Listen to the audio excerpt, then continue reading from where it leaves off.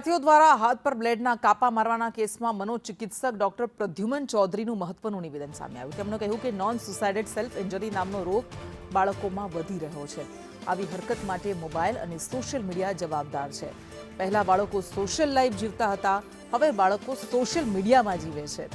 Doctor પ્રદ્યુમને કહ્યું, online game રમતા બાળકોનું મગજ તે દિશામાં જાય છે.